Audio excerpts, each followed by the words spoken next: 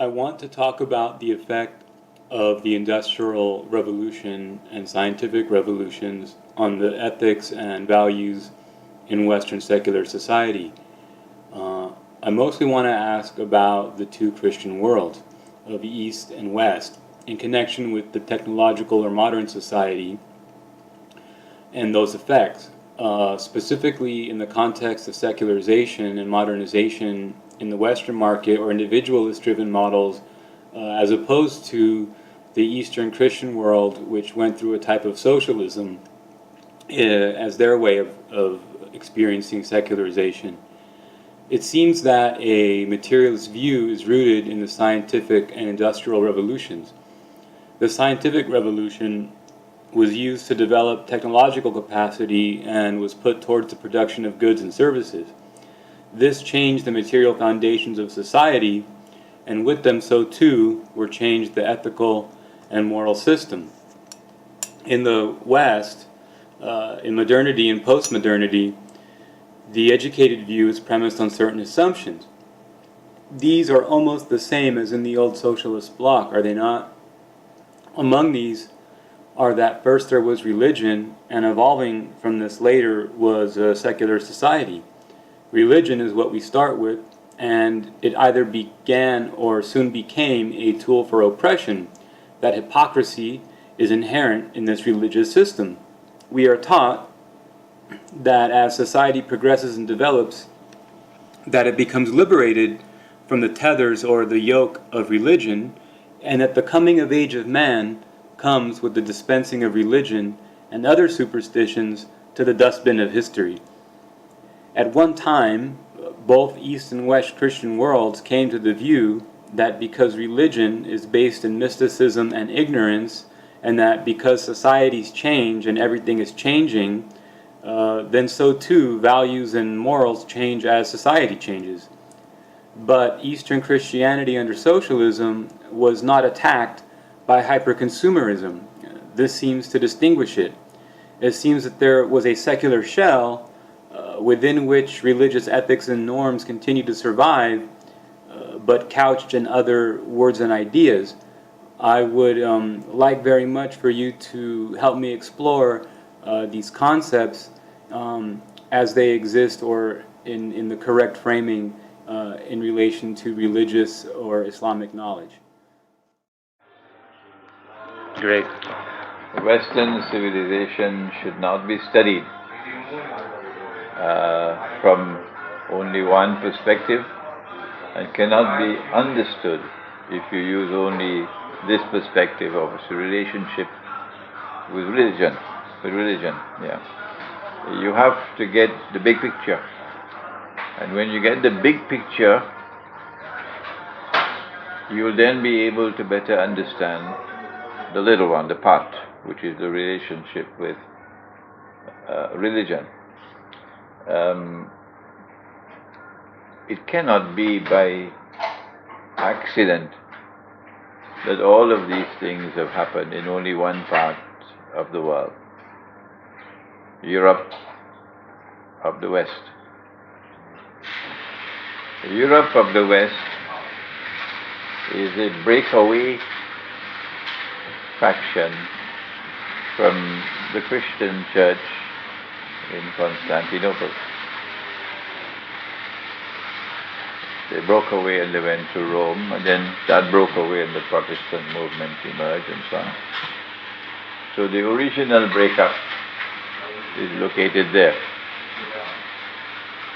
And after the breakup, this part of Christianity underwent monumental change, which was not experienced by the other part of Christianity. The process of secularization of society, and that secularization of the society, it is which has ultimately led to the essentially godless society that we now have. This side of Christianity gives the external form of religion, but internally it's an empty shell. And once you have only the external form of religion, you don't have religion anymore. Religion which does not reside in the heart is not religion. It's potentially religion. So the process of secularization of society led to this essentially godless society. Secularization also led to an essentially decadent society, because values are, in order for them to be recognized morally as values, there must be values which are universal and must be unchanging, eternal, like honesty, like chastity. They must be universal in nature and eternal, not subject to change. When you secularize the society, the moral values had to give way, and secular values replaced them, which meant that the society will now make its own values. Like, for example, we don't mind, you can break anybody else's law, just don't break ours. Bring any amount of money you want and bring it in a Swiss bank, we'll take it. It could be as bloodstained as ever. It doesn't matter to us. But if we have rules, don't break our rules. This is a concept of morality, of values, which is absolutely foreign to the religious way of life. But yes, this is Switzerland. This is Switzerland. Secular values cannot be universalized. They are particular. They belong to one people. And they cannot be eternal because society is constantly changing. In fact, it's not just changing, it's collapsing. And as the societies collapse, they unravel, the values constantly change. So you end up with a society with ever-changing values, and what you consider to be right is right for you. Thank you. This really helps to connect the origins of secular society to its place in history and the deviations of the church and the development of Protestantism out of Catholicism and the relationship of that to political economy. I can see, of course, now better how it's situated, the relationship between changing versus unchanging values, between relativistic and universal, and what the relationship to secularization was in that.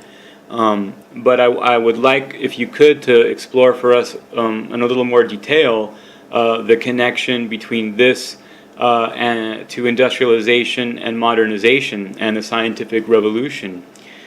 Specifically, what is the relationship between how the West based its definition of knowledge as science, and in particular in having an epistemic view of scientific knowledge as empirical, based in the five senses and limiting cognition to a reflection of these sense perceptions. How can we compare this to a religious view? Eastern Christianity in the socialist bloc survived. It was exposed to the scientific and industrial revolution and mirrored it. In the Eastern Christian world, was knowledge itself secularized? In the West, things went differently. Why did this happen? Society in this part of the Christian world, the Western side, had its most telling impact in the secularization of knowledge. Then came political secularization and secularization of the economy and secularization of these things, but secularization of knowledge. And the secularization of knowledge could not have been achieved if you didn't have a scientific and technological revolution on which you can piggyback. The scientific and technological revolution gave to the world what is known as the scientific method. The scientific method is woefully deceptive and inadequate. the way it is presented. Very few can recognize it. The scientific method led us to the conclusion that the only valid knowledge is knowledge which comes from external observation and inquiry and experimentation. Things that can be perception and rationality. And if something resided beyond human observation, it could never be known. Therefore, it could never qualify as knowledge once it is beyond human observation.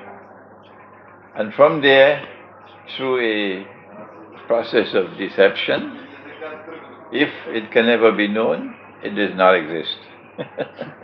See? So, this material universe is a universe that can be observed, and hence it exists. Whatever lies beyond material universe, which it cannot be observed, cannot be admitted into the world of knowledge. And so a world existing beyond this world is a world we can never know. And then came the last piece, a world that does not exist. And so came from secularism the passage to materialism. Materialism is not attachment to material things. Materialism is the philosophical belief that there is no reality beyond material reality. That's materialism. And if there is no reality beyond material reality, then there is no place for religion, and hence automatically, eventually, you discard religion the way you discard old clothes and you become atheist. This is the passage that took place in this part of the Christian world. And so today they have the marriage of a man with another man, and you get a marriage certificate, and many Christian churches are endorsing it. Yeah. The other part of the Christian world, it was never a part of the scientific and technological revolution. The other part of the Christian world never suffered from this secularization of knowledge. And so the other part of the Christian world never lost the spiritual heart of the religious way of life. So long as you continue to believe in and hold on to the spiritual heart of the religious way of life, you cannot lose values. You might make a mistake, but you'll accept that you made a mistake. But honesty is still honesty, despite you. This time, over here, they change the value, but over there it remains. See? So that is what has happened in the Christian world. Why and how did this mysterious change take place? In stages. First stage is to break away from the mother church. Second stage, the mysterious scientific and technological revolution, the secularization of knowledge, and all of these things. Who is responsible for this? And why has it happened? Antichrist. Before we go to eschatology, who is responsible for this and why did it happen? You can sometimes catch a thief by footprints and fingerprints. Yeah. Footprints and the key is out there. Yeah. Footprints and fingerprints. Footprints and fingerprints. So to catch this thief, you can see his footprints. That this part of the Christian world now exonerates the Jews from the crucifixion. They are not to be blamed. Vatican. This part of the Christian world now has an obsession with the Holy Land. This part of the Christian world launches something called the Crusades. And when they launch their crusades, it's not Christian crusades at all, because they're attacking their own Christian brothers. Yeah. This part of the Christian world eventually liberates Jerusalem and the Holy Land. This part of the Christian world eventually establishes a state of Israel, recognizes. This part of the Christian world defends that state of Israel. This part of the Christian world arms that state of Israel until it becomes a superpower. This part of the Christian world is prepared to wage world war, nuclear war, to self-destruct for Israel. All of these things could not be happening by accident. No. If these things are happening by accident, then a cow can jump over the moon. Yeah.